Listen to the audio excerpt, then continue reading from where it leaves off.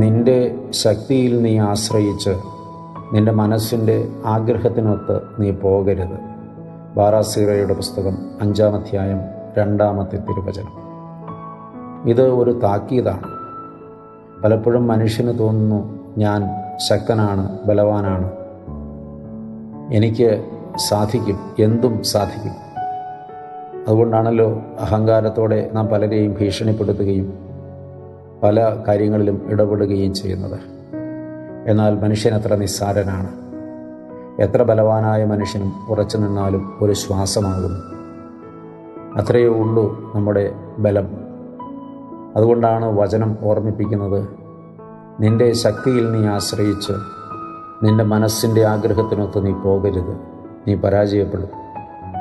നീ ദൈവത്തോട് ആലോചന ചോദിക്കണം, ദൈവവചനത്തിൽ പരിശോധിക്കണം, ദൈവഹിതമെന്തെന്ന് ബോധ്യപ്പെടണം, ദൈവ പദ്ധതിക്കനുസരിച്ച് ജീവിതം ക്രമപ്പെടുത്തണം.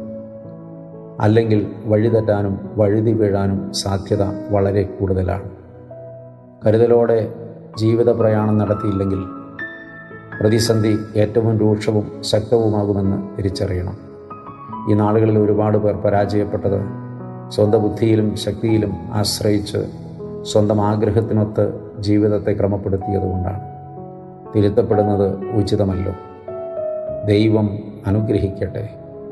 ഒത്തിരി സ്നേഹത്തോടെ പാറക്കരയച്ചൻ.